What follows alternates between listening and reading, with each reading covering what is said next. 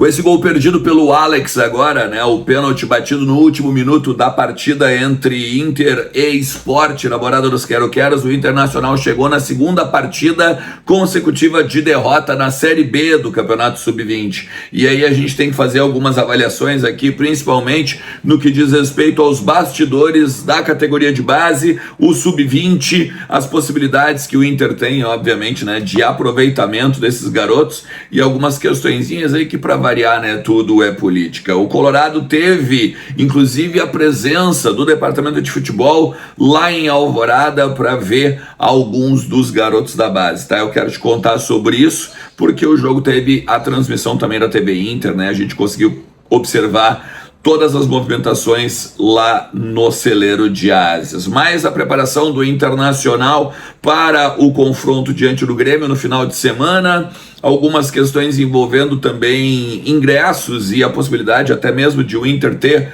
um público recorde no Campeonato Brasileiro agora de 2026, talvez o maior público do ano até mesmo no estádio Beira-Rio. Enfim, fica comigo até o final do vídeo, tá? Te inscreve no canal, ativa a notificação, não te esquece de deixar o like, também de compartilhar o conteúdo que ajudam pra caramba aqui o meu trabalho e também o crescimento do canal. A gente vai repercutir tudo que tá acontecendo no Inter também no Intervenção, tá? Hoje à noite, a partir das 8 horas da noite, com o Bolívar, Glauco Paz, o Ale Dornelles e também o Diego Brião, beleza? Olha, eu gosto muito do futebol da base, né? Eu gosto de conversar com as pessoas de Alvorada. E quando sai o Gustavo Grossi, muita gente lamentou. E aí aqui eu acho que a gente tem que saber de alguns bastidores políticos, porque no final das contas tudo é política. Lá atrás ainda tinha um Magrão como diretor executivo do Inter, né, o diretor técnico e tal, e o Grossi e ele não batiam, tinha aquele papo de que ele morava em Alvorada, que ele morava, melhor, em Gramado, e quase nunca estava em Alvorada. Isso é uma grande mentira, e isso se perpetuou muito na rede social, inclusive no microfone de algumas pessoas que têm um alcance considerável, né? O próprio diretor da base, o Luiz Caldas Milano Júnior, já negou isso agora várias vezes nos programas, mais recentemente no Cadeira Cativa do Luiz Carlos Reck. Só que aí, claro, né, as pessoas que bradavam contra o argentino, que acabou tirando alguns empresários de dentro de Alvorada, né, agora as pessoas que bradavam lá atrás não bradam agora, né? Tu consegue ver alguém reclamando da categoria de base? Teve muita gente que dizia, né, que a partir do momento que o Gustavo Grossi saísse de Alvorada, a base ia revelar talentos novamente, que, meu Deus, ela ia voltar a ser o celeiro de ases que a gente tanto conheceu. Uma balela, né? Porque no final das contas, em 2025 a gente cai para a segunda divisão com o Sub-20 e agora a gente amarga a lanterna com 2 jogos, 2 derrotas, ambos por 3-0. O Inter ainda tentou botar o Alex para ganhar um pouco de ritmo, jogou um pouco mais centralizado, ora até como um terceiro homem de meio, junto do João Kempis, e teve até alguns bons momentos na partida, né, principalmente mostrando bastante lucidez para tabelar com o próprio meio do Internacional e também organizar as jogadas de ataque. Só que, para variar, o Inter com 3 ataques do Sport vai lá e sucumbe, toma os 3-0.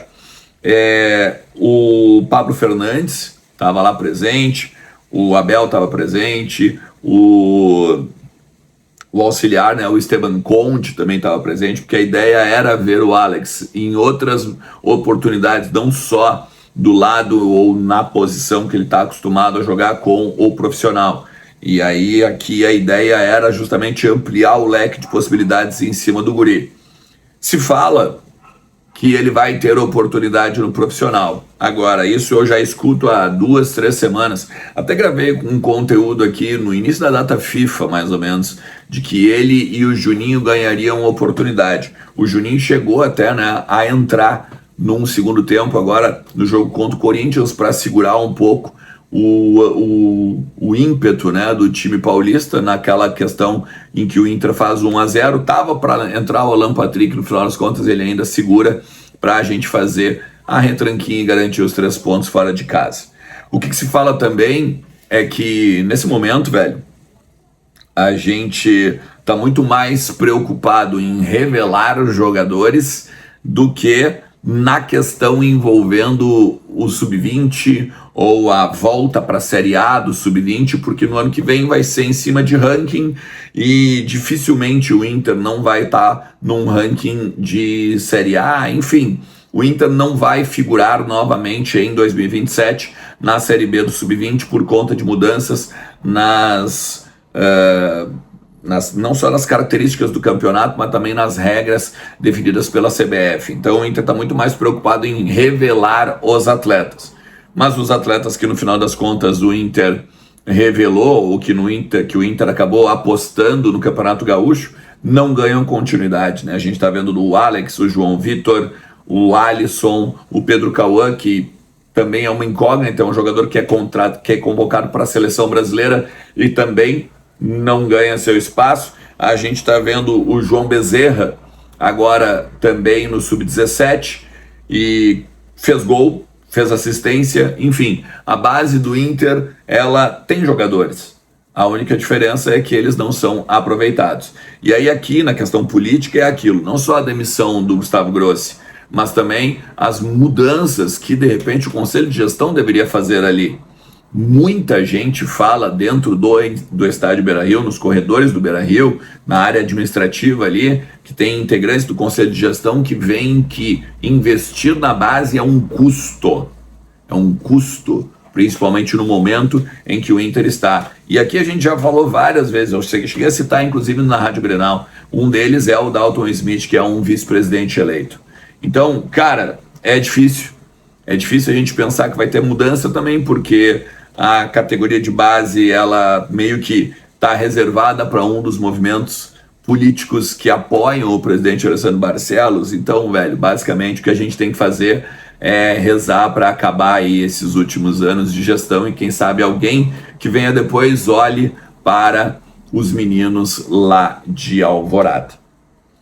O Inter também colocou algumas imagens do treino, dos trabalhos, né, realizado agora nessa quarta-feira para o Clássico Grenal do final de semana, 8 horas e 30 minutos no estádio Beira-Rio. Tendência, inclusive, de mais de 40 mil torcedores, já são 25 mil confirmados, as redes sociais também do Inter deixaram claro de que já existem check-ins e compras, inclusive, né, dos ingressos, batendo 25 mil.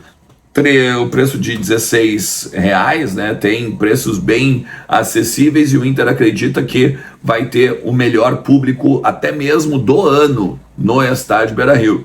E aí a gente está também contrastando com o público do Clássico Grenal agora do final do Campeonato Gaúcho, que era a necessidade, né, da gente recuperar o jogo lá da arena e aí a partir disso a gente, quem sabe, ter aí perto dos 45 mil. A expectativa hoje é de 40, um pouquinho mais, tá? Mas que bem trabalhadinho, quem sabe até mesmo com alguma questão envolvendo o jogo do próprio Grêmio hoje na Sul-Americana, né? De repente eles perdem lá, anima ainda mais a torcida justamente pelo mau momento vivido pelo rival.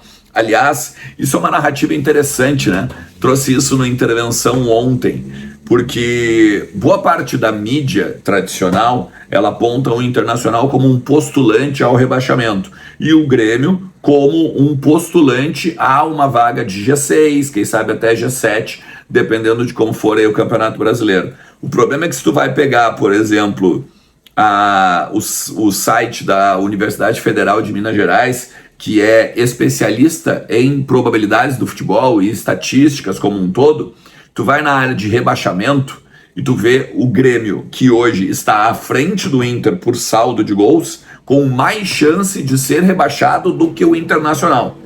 Eu sei que tem muita coisa para acontecer no campeonato, mas o que eu quero me apegar nesse ponto aqui é a narrativa. Hoje o Grêmio tem 21% de chance de ser rebaixado e o Inter tem 18%. Eu não estou querendo fazer aqui uma ode ao momento do Inter, muito pelo contrário. Eu sei que o momento do Inter é horrível, eu sei que o momento do Inter é de uma recuperação na tabela em cima dos pontos que a gente perdeu nas primeiras rodadas, num calendário também que, se a gente for olhar, bem complicado, né? Pegamos o Palmeiras, pegamos o Bahia, pegamos o Flamengo, mas ao mesmo tempo a narrativa criada de crise de um lado, ela é sempre, mas sempre mais benéfica para o lado gremista e mais de cataclisma para o lado vermelho, né? Enfim, o que me parece também é o seguinte, tá? Nas conversas que a gente tem, cada vez mais, Carboneiro titular, Alan Patrick de reserva. Mas, não só hoje, mas também amanhã tem os últimos trabalhos. Acredito que amanhã a gente define e vai saber qual vai ser o time que o Paulo Pesolano vai levar a campo na 11ª rodada do Campeonato Brasileiro. Muito se fala, inclusive, dele repetir o time de Itaquera, tá? Obviamente com a entrada do Félix Torres na vaga do Victor Gabriel, que está suspenso pelo 3º cartão amarelo. Mas a gente tem o Tabata, a gente tem o Kaique, a gente tem o Benjamin também de volta. Então é um grupo que tem opções aí para o técnico uruguaio. Valeu? Se tu chegou até aqui, não te esquece, cara, que as Gemas Brilhantes também são minha parceira e, claro, né, estão te esperando para tu, de repente, botar uns pila no bolso, tá? Com investimentos em pedras preciosas, mais precisamente diamantes. Uma alternativa para as questões financeiras e para as questões aí envolvendo consórcio, CDB ou outro tipo de investimento que os bancos e as instituições têm de praxe. Valeu? Tamo junto, um forte abraço. Tchau!